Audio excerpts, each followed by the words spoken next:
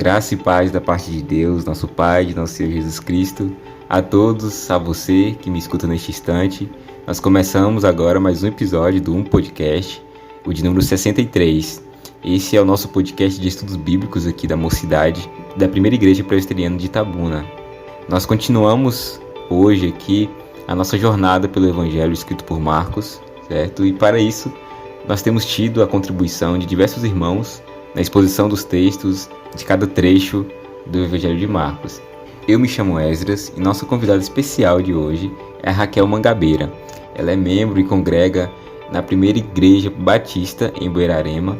É uma amiga pessoal muito querida por mim e irmã em Cristo. E seja muito bem-vinda, Kel. É uma alegria tê-la conosco aqui hoje. Muito obrigada, Esdras. Para mim é uma alegria e grande honra poder estar entre os meus irmãos tão amados presbiterianos. Inclusive, Raquel, ela também tem um podcast. Eu vou deixar aqui o link na descrição para vocês conferirem.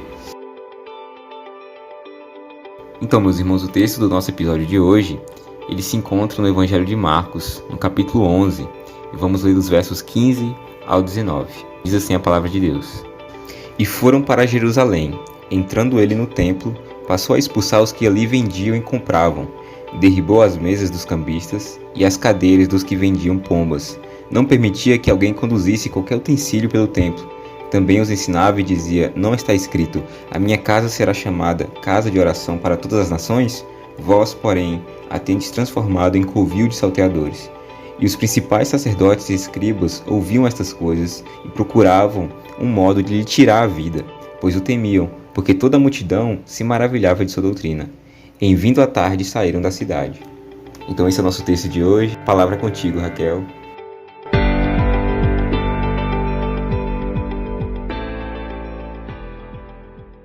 Prontinho. Esse texto tem uma aplicação importantíssima, especialmente para quem tem zelo pela obra, pela causa e pelo reino de Deus. E nos nossos tempos tem se tornado a cada dia mais urgente. É um texto polêmico que gera muitos questionamentos, né? Será que esse texto abre brechas para que nós nos iremos? Será que Jesus pecou, né, com todo esse estardalhaço que ele encontrou lá e com a reação dele diante disso?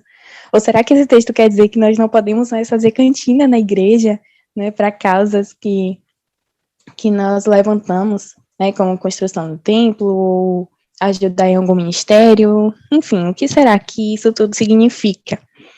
E aí, como sempre, vamos começar falando um pouquinho sobre o contexto desse texto, o contexto dessa passagem.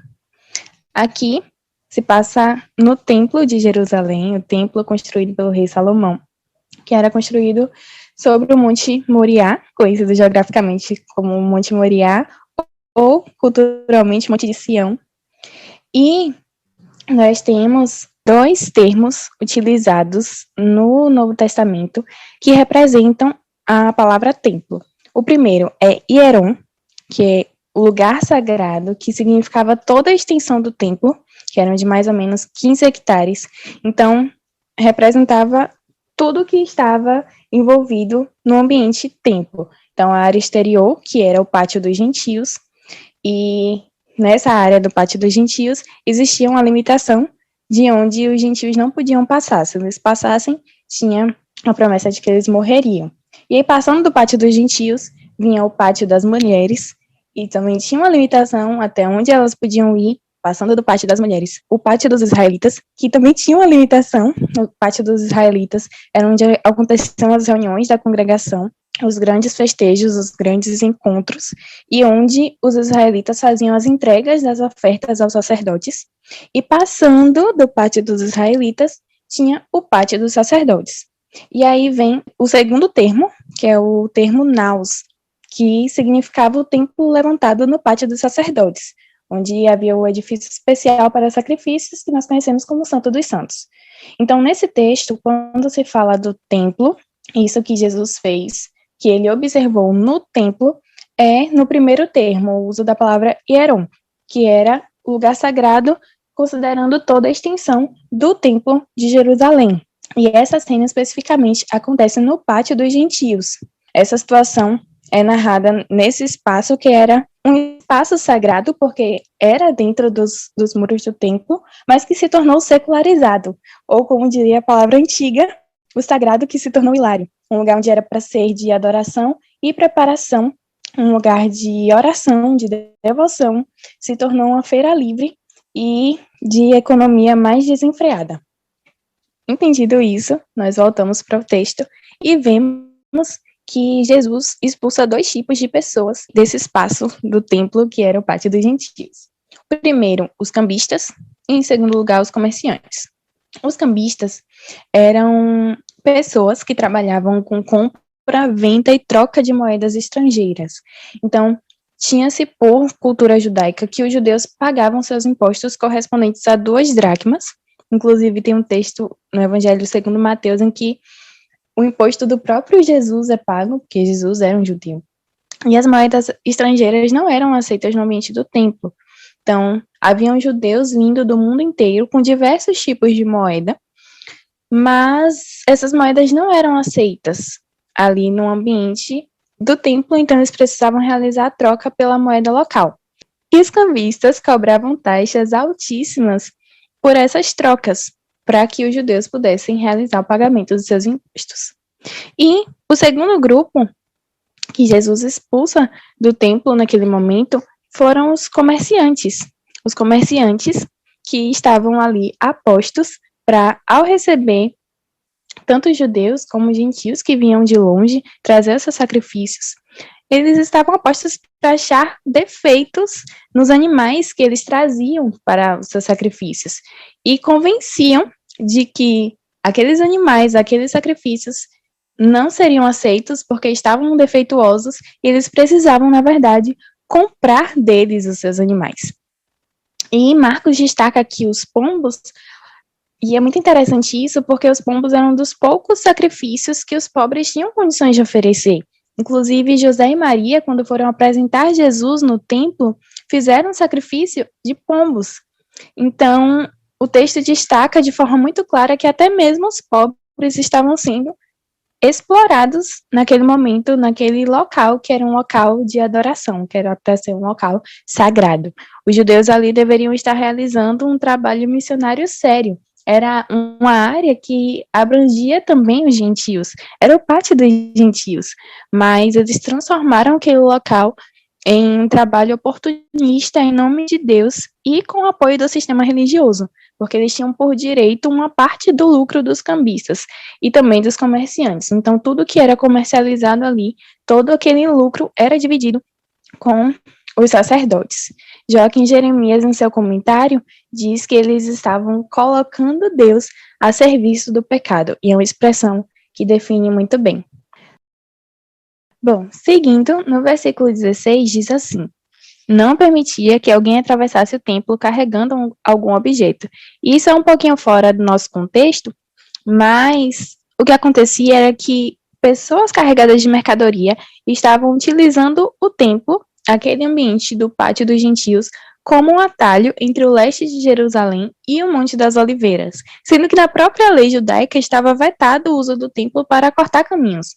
Então, Jesus relembra aos judeus: olha, aquilo que é a própria lei de vocês estão infringindo. E aí, no versículo 17, Jesus traz referências do Antigo Testamento, dos profetas Isaías e Jeremias. Ele começa dizendo: também os ensinava e dizia: não é isso que está escrito, a minha casa será chamada casa de oração para todas as nações, mas vocês fizeram dela um covil de salteadores. Nós vamos ler o texto de Isaías, capítulo 56, versículo 7, que diz: também os levarei ao meu santo monte e lhes darei alegria na minha casa de oração. Os seus holocaustos e os seus sacrifícios serão aceitos no meu altar, porque a minha casa será chamada casa de oração para todos os povos.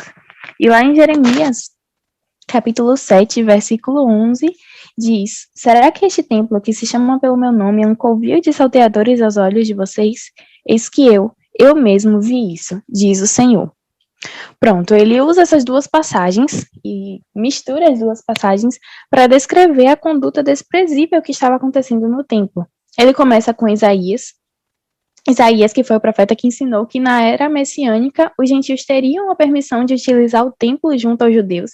E aí eu gostaria de ler também a passagem lá de 1 Reis, capítulo 8, versículos 41 a 43. O próprio Salomão ora a Deus falando acerca do templo, dizendo assim: também ao estrangeiro que não for do teu povo de Israel, porém vier de uma terra distante, por amor do teu nome, porque ouvirão do teu grande nome, e da tua mão poderosa, e do teu braço estendido, e orar, voltado para este templo, ouve tu nos céus, lugar da tua habitação, e faze tudo o que o estrangeiro te pedir, a fim de que todos os povos da terra conheçam o teu nome, para te temerem como o teu povo de Israel, e para saberem que este templo que eu edifiquei é chamado pelo teu nome. Então, ali já estava predito de que os gentios poderiam ouvir da palavra de Deus, conhecer a Deus, assim como os judeus conheciam. E isso nós sabemos que foi o que veio por meio de Cristo. E ali, eles estavam sendo impedidos de se achegarem silenciosos e reverentemente para adorar a Deus, onde deveria ser uma casa de oração para todos os povos. Assim como o próprio Salomão falou, assim como Isaías falou, assim como era para estar acontecendo, mas os próprios judeus estavam impedindo. E ele usa Jeremias como uma metáfora para descrever a situação do pátio do templo. O caminho de Jerusalém a Jericó era conhecido por seus assaltantes. Então, era um caminho estreito, sinuoso, e que passava entre desfiladeiros de pedra. E entre essas pedras, ou melhor, nessas pedras, estavam covas, que eram onde os assaltantes se escondiam, ficavam a postos para quando passasse alguém que apresentasse ter algum tipo de condição, de valor, eles pudessem ali efetuar o assalto.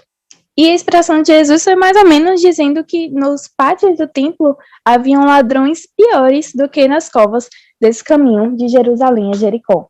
E aí, ele finaliza o texto, Marcos finaliza o texto, dizendo que queriam matá-lo porque tinham lucro sobre essas vendas que estavam sendo denunciadas por Jesus. Então, os sacerdotes, os escribas e o sistema religioso da época via Jesus como uma ameaça para a economia e para o prestígio que eles tinham diante da comunidade. Diante disso, nós podemos tirar pelo menos duas aplicações para as nossas vidas. A primeira é de sermos observadores. O trabalho de Jesus no templo não começa aqui no versículo 15. Lá no versículo 11, diz que Jesus entrou em Jerusalém, no templo, e tendo observado tudo, como já era tarde, saiu para Betânia com os 12. Eu imagino Jesus passando o seu olhar por todo o templo e captando todas as informações, todos os detalhes, indignado com a situação, mas aguardando o tempo correto para agir. Jesus, que era Deus, agiu com muita sabedoria e nós precisamos, da mesma forma, observar para saber o que nós precisamos combater, o que é certo e o que é errado, e esperar o tempo correto para agir. E a segunda coisa é que pode parecer que não faz muito sentido nos nossos dias, porque nós não temos mais um templo específico no qual isso possa acontecer. Hoje nós temos muitas denominações, muitas igrejas, cada um tem a sua, faz o que quer no seu espaço, a congregação está ali porque concorda, mas nós temos o nome de Deus usado desenfreadamente e com libertinagem dentro de muitas dessas denominações. Então, uma coisa que eu aprendi recentemente, e foi de grande valia, eu nunca tinha prestado atenção nisso, mas lá em Efésios 6, Paulo fala sobre a armadura do cristão, e ele usa diversos termos e diversos instrumentos, acessórios de uma armadura, no sentido da proteção. Ele fala de uma couraça da justiça, de pés com a preparação do evangelho da paz, do escudo da fé, do capacete da salvação, tudo isso protege o cristão. Mas ele usa apenas um, e esse um é suficiente. Um acessório que é utilizado para o ataque do cristão. Ele fala da espada do Espírito, que é a palavra de Deus. A espada não é usada para proteção puramente, é usada para o ataque. Então, em muitos momentos, nós precisamos sim atacar, né, nesse sentido. Nós, como zelosos pelo nome de Deus, temos autoridade pela palavra para combater heresias, falsos profetas, a mercantilização da fé, privatização das promessas de Deus e a comercialização do que é sagrado e só pode ser alcançado pela graça e através da fé. Amém, amém. Que o Espírito do Senhor aplique essa palavra em nossos corações. Eu queria agradecer. Muito obrigado, Kel, pela contribuição nesse episódio. Fico muito feliz de poder compartilhar um pouquinho com o pessoal aqui da UMP, da igreja, o que eu aprendo contigo, nossa amizade. Então, foi esse o intuito também de trazê-lo aqui. E que o Espírito também te abençoe e continue te dando discernimento e sabedoria para continuar pregando o evangelho dele onde quer que ele a coloque também. Gostaria de fazer uma oração antes de encerrar o nosso episódio. Deus, nós te agradecemos, Senhor, pela tua bondade, pela tua misericórdia. Nós agradecemos pela graça que o Senhor derrama a cada dia em nossas vidas, apesar de nós. E nós te agradecemos em especial hoje pela tua palavra, pelo teu santo evangelho deixado a nós, que revela o caráter justo, santo e divino do Cristo, aquele que veio para nos ensinar e nos salvar, nos redimir de nós mesmos e nos direcionar a uma vida contigo, Pai. Que o Senhor possa nos fazer a cada vez mais, a cada dia mais, olhar para Cristo como exemplo e tê-lo como único Senhor das nossas vidas. Que nada possa tirar a santidade de nossas vidas, o foco daquilo que a gente foi criado para ser, que é servos do Senhor, exclusivamente para deleitar e aproveitar alegremente de uma vida contigo e glorificar o teu nome, ó Deus. Que o nosso fim principal seja sempre glorificar o teu nome, que os nossos egos sejam mortificados e que Cristo vive em nós. Nós agradecemos pela vida de cada um que tem acompanhado os nossos estudos. Nós agradecemos a Raquel, a vida da Raquel também, que o Senhor possa ser luz na vida dela, que ela possa ser luz também em sua igreja, em sua casa, que ela possa ter o prazer de servir mais e mais a Ti também, Senhor. Muito obrigado por este episódio e continue conosco no estudo da Tua Palavra, nos dê sede de Ti,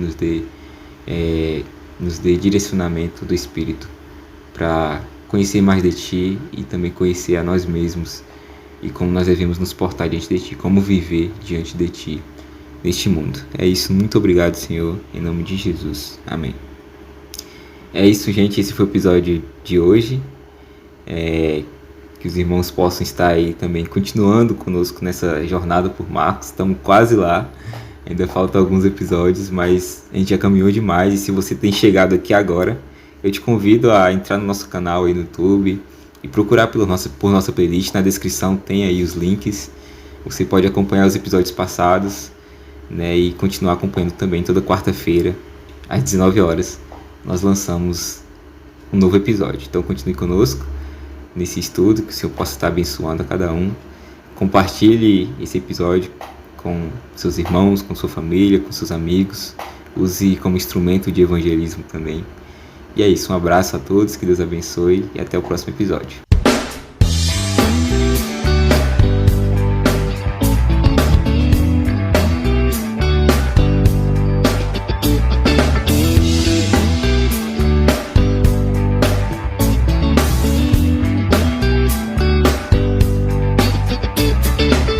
É que o sagrado se tornou hilário, acendeu em abril, se espatifou em maio. E o que é que ficou? Ficou o riso amarelo.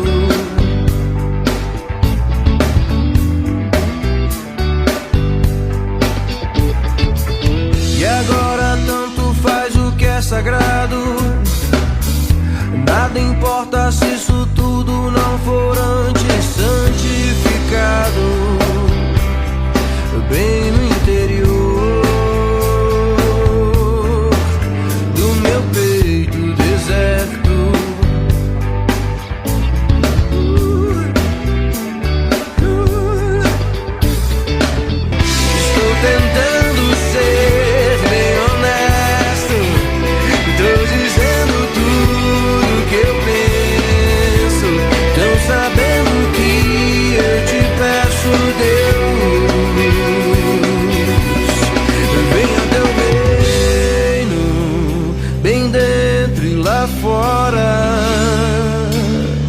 a tua vontade